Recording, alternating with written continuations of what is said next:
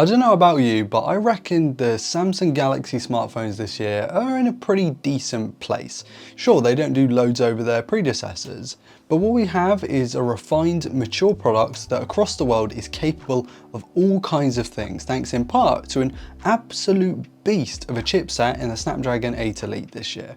But it's not all sunshine and rainbows, as they say, and many of us might just be about to feel a bit shortchanged. So today I want to talk about that. Hey guys, I'm Ryan Thomas, and though I've given the company some stick in recent years, I do actually quite like Samsung phones. One UI is a brilliant way to experience Android. I'm a sucker for the S Pen, and my word, those displays are just something else. But one thing that has been a bit of a lingering smell down the years is Samsung's use of its own Exynos system on chips in some models and in some regions. There have been times where this has actually bailed them out of some sticky situations, and I will talk about that a bit later, but other times it's felt like a sore point for an otherwise brilliant series of devices. Also guys, really trying to hit 500,000 subs, so if you wouldn't mind hitting that button, it would mean a lot. Thank you very much.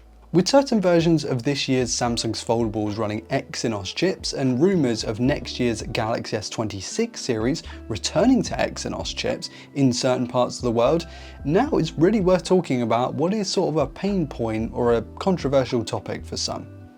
Exynos chips have routinely fallen short of Qualcomm equivalents, the ones found in phones that cost the same amount of money, sometimes more in some regions. You'll find mostly Qualcomm in China and the US, and outside of that, the rest of the world generally are lumped with Samsung's chips, but that isn't always the case. For example, this year's S25 series only runs Qualcomm, and there has been a bit of a strange pattern of alternation in chip adoption.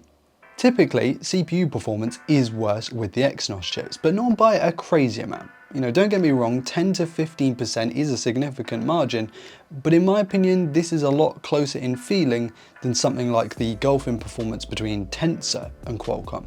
GPU performance is more where you'll feel the deficit between these things, so when playing higher end 3D titles, there can be noticeable lag and stuttering when playing alongside the same generation Qualcomm chips. The sentiment is generally, if we're paying the same kind of money for an inferior product, we're kind of getting ripped off here. Battery life is a bit more of a mixed bag. There have actually been generations of Exynos chip that have outperformed Qualcomm's, but with independent testers seeing a bit of a back and forth between the two in more recent years, and with Qualcomm pulling ahead, it's not a good look.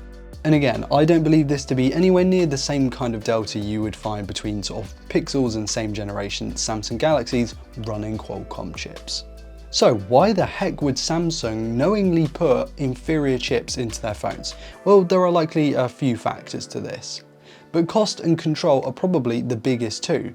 Being able to control the whole process of designing and building the chipsets, Samsung probably doesn't want to have to rely on Qualcomm for that. And given what happened with the Snapdragon 810 fiasco, check out the most recent video on that by the way, it makes sense. The chip was single-handedly responsible for ruining a whole generation of phones. And at the time, Samsung just went, yeah, I'm gonna skip this generation and put my own chip. So they put Exynos 7420 chips into the S6 series and the Note 5 generation of devices, thankfully avoiding the overheating and battery drain disaster class that was the Snapdragon 810. You can now sort of start to see why it might be beneficial for Samsung to have full control. And not having to license and purchase the Snapdragon chips, I'm sure, is a big thing for the business side as well. Though saying that, many believe the Snapdragon 8 Gen 1 to be a bit of a dud in Qualcomm's recent history, with thermal throttling, overheating problems making headlines, even if it wasn't nearly as disastrous as the 810 I just mentioned. However, despite all of these issues, the chip still generally outperforms the Exynos 2200 found in European versions of that phone. That's pretty embarrassing if you're Qualcomm and absolutely mortifying if you're Samsung. It was suggested that Samsung was actually aiming to put Exynos chips into the S25 series that we got this year, but due to incredibly poor yields on its 3nm process, it was forced to go for the established Qualcomm chip instead in its S25 models, and that's exactly what we got. Samsung Foundry is seriously struggling to produce enough chips with its 3nm process, which given Samsung is one of the biggest Android sellers, nay, biggest phone sellers in the world, is probably a little bit of a stumbling block. Reports now suggest that the fab is focusing purely on the 2nm process so that it can be ready for the Galaxy S26 launch, which means that whilst the US and China could receive Snapdragon 8 Gen 2, 8 Elite Gen 2, 8 Elite 2, whatever they decide to call that thing, devices in the rest of the world will likely have the Exynos model instead. The question then becomes, is this going to be the same old story with the performance deficits in these phones that cost the same amount as the ones with Qualcomm chips, or has Samsung done enough to finally bridge the gap?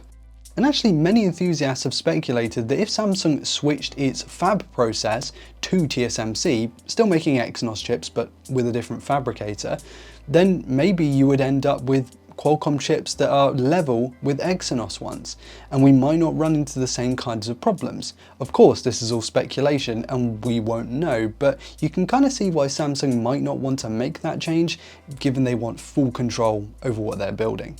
The reason I think people somewhat tolerate Tensor's performance and battery life woes is that Google doesn't sell the same Pixel model with a Snapdragon chip in it, so you can't just go to the US and buy a Pixel 9 Pro with an 8 Elite in there.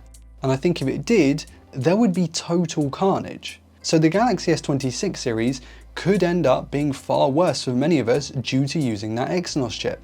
But if Samsung has managed to bridge that gap in the time, it might not even matter. The S24 series with Exynos, which was only a generation ago, was actually pretty good. And you have to remember that we as enthusiasts who are checking every minute detail account for a tiny portion of the entire smartphone buying population. As I've said in recent videos, Pixels are actually more popular now than they ever have been, with arguably worse on paper performance. So in the grand scheme of the industry, the performance deficit is likely to make no real world difference to sales and product adoption. After all, millions of people each year buy Samsung Galaxy S phones, and I'd be willing to bet 99.9% of those people have never even thought to install a benchmarking software on their phone, let alone run it and check the percentage to see how much faster or slower their phone is versus the competition, what they could have bought.